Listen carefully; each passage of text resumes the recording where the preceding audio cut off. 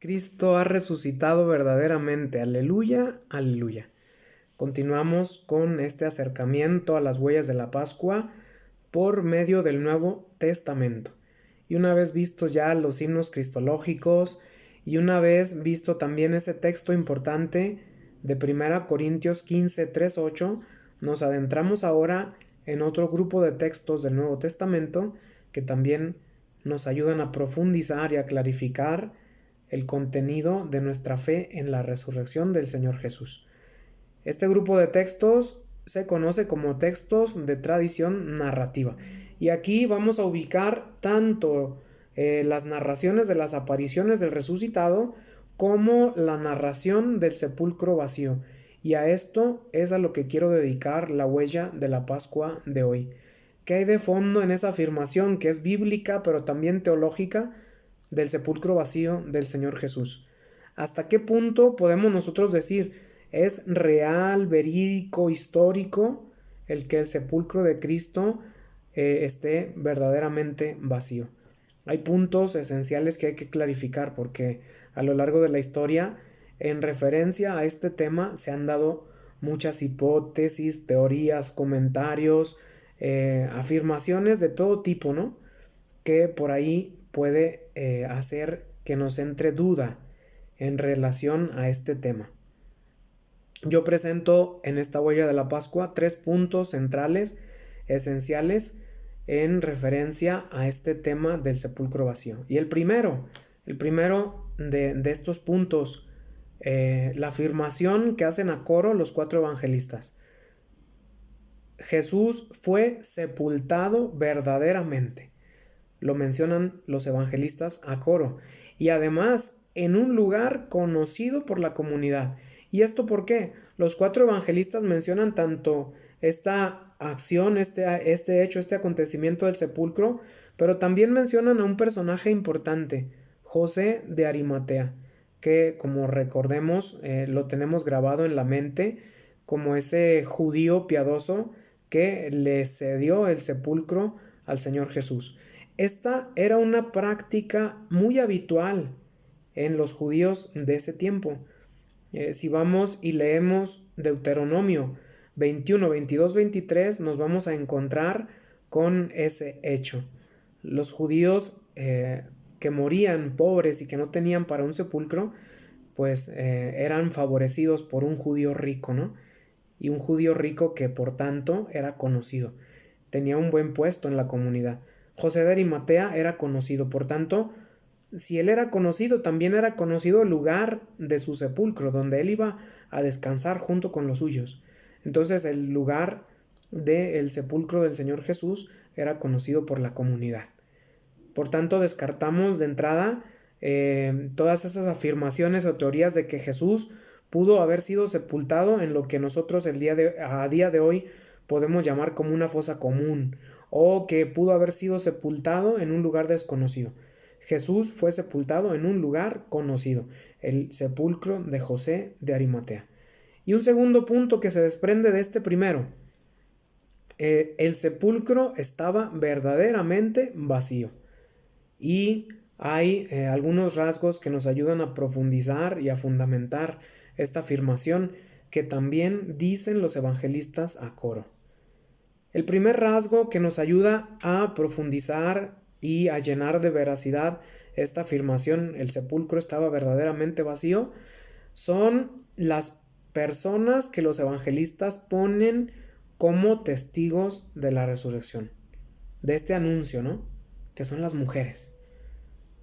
Los evangelistas han puesto a las mujeres, a personas que en el tiempo de Jesús para los judíos no valían nada y que por tanto su testimonio y cualquier palabra que pudieran decir pues verdaderamente no tenía ningún valor, ¿no? Haber puesto a las mujeres como las anunciadoras del sepulcro vacío de la resurrección del Señor Jesús tiene mucho significado e importancia para nuestra fe.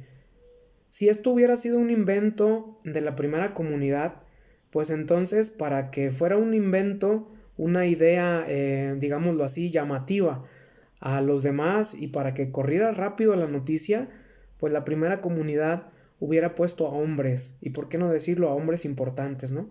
¿Por qué no se puso a un judío de estos importantes a hablar del sepulcro vacío? O a un romano.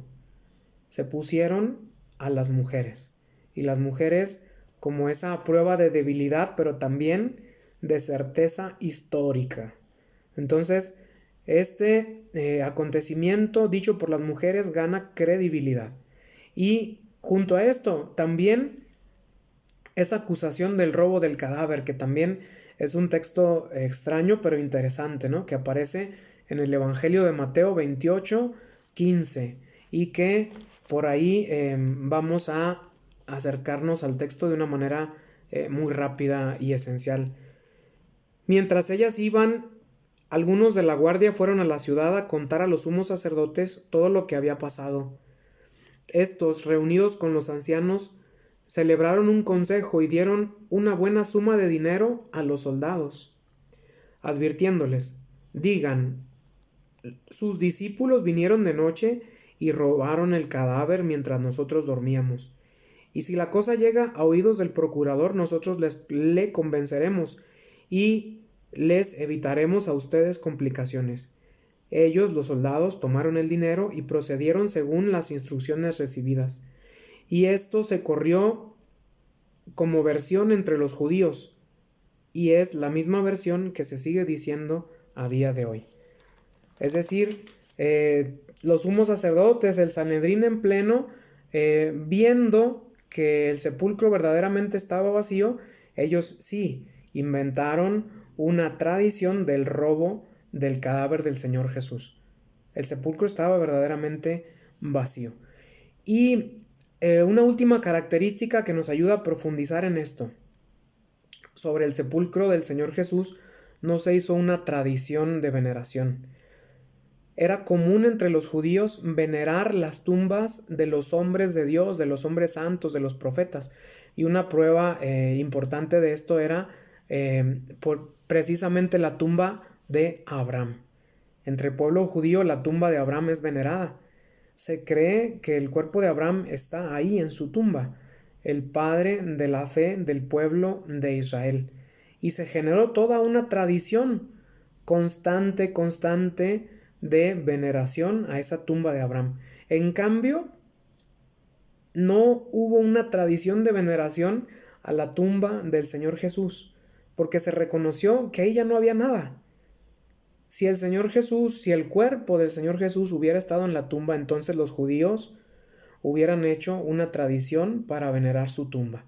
Pero esto a día de hoy está totalmente descartado. Es decir, no existe una tradición de veneración de la tumba del Señor Jesús. Con esto, ¿a qué conclusión podemos llegar? Es verdad que estas afirmaciones nos ayudan a profundizar en nuestra fe en la resurrección, pero la afirmación del sepulcro vacío no forma parte esencial, nuclear o central de nuestra fe. El sepulcro vacío no forma parte del credo. Lo que forma parte de nuestro credo y de nuestra fe es la afirmación de la resurrección del Señor Jesús. El sepulcro vacío es solo un signo que nos dice dónde está verdaderamente el cuerpo del Señor Jesús. El cuerpo del Señor Jesús está resucitado, sentado a la derecha de Dios Padre, siendo Señor de la vida y de la muerte e iluminando a todos nosotros con la luz de su resurrección. Ahí está el cuerpo del Señor Jesús. Y además ha sido la primicia de una transformación y consumación que el cristianismo cree y seguirá creyendo siempre. Nosotros creemos por nuestra fe que al final de los tiempos todo el mundo, nosotros y la creación va a ser transformado y configurado en esas manos amorosas del Padre. El Señor Jesús ha sido la primicia y nos ha demostrado con su resurrección lo que nos va a pasar a nosotros al final de los tiempos. Ha abierto una nueva dimensión, una dimensión que es accesible aquí y ahora para nosotros por la fe. Este tema, que es teológico y bíblico, no puede ser tratado en ningún momento desde la ciencia. Descartamos, por tanto, Todas esas teorías y esos acercamientos históricos científicos, pseudocientíficos tal vez, que a día de hoy podemos escuchar por ahí, ¿no?